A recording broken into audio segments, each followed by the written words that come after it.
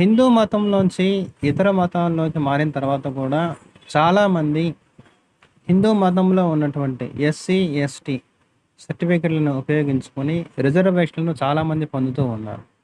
అంతేగాకుండా తమకు ఏ చిన్న ఇబ్బంది కలుగుతుంది అని భావించినా సరే, ఇతరుల మీద ఈ ఎస్సీ, ఎస్టీ సర్టిఫికేట్‌ని ఉపయోగించి వాళ్ళ మీద ఎస్సీ, ఎస్టీ అట్రాసిటీ కేసుల్ని నమోదు చేస్తున్నారు. పోలీసులు కూడా యథేచ్ఛగా ఎస్సీ, ఎస్టీ అట్రాసిటీ కేసులు నమోదు చేసి అమాయకులైనటువంటి బాధితుల్ని తీవ్రమైన ఇబ్బంది పాలు చేస్తూ ఉన్నారు. ఈ మతం మారిన తర్వాత ఎస్సీ, ఎస్టీ అట్రాసిటీ కేసులు కానివ్వండి, ఎస్సీ, ఎస్టీ రిజర్వేషన్లు కానివి ఏ మాత్రము కూడా చెల్లవు అని తెలిసినటువంటి పోలీస్ అధికారులు మరియు ఇతర ప్రభుత్వ అధికారులు కూడా దీనిని యథేచ్ఛగా వినియోగిస్తూ ఎస్సీ, ఎస్టీ యొక్క ప్రయోజనాలని దెబ్బతీస్తూ ఉన్నారు. వివరాల్లోకి వస్తే రీసెంట్‌గా షెడ్యూల్ కులాలకు చెందినటువంటి వ్యక్తులు క్రైస్తవంలోనికి మారిన రోజు నుండే కూడా ఎస్సీ, ఎస్టీ హోదాను కోల్పోతారు అని గౌరవ ఏపీ హైకోర్టు వారు తేల్చి చెప్పడం జరిగింది.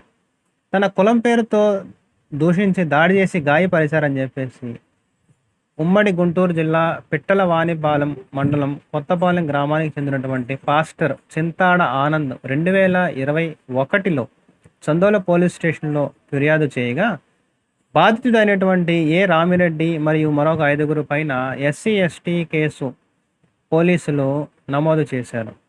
ఈ కేసు కొట్టివేయాల్సిందిగా బాధితులందరూ కలిసి హైకోర్టులో అప్పీలు చేయగా 2025 ఏప్రిల్ 30వ తారీఖు నాడు గౌరవ హైకోర్టు వారు చారిత్రాత్మక తీర్పును ఇచ్చి ఎస్సీ, ఎస్టీ అట్రాసిటీ చట్టం కింద మతం మారిన వారు రక్షణ పొందలేరు అని చెప్పేసి నిర్ధారించడం జరిగింది.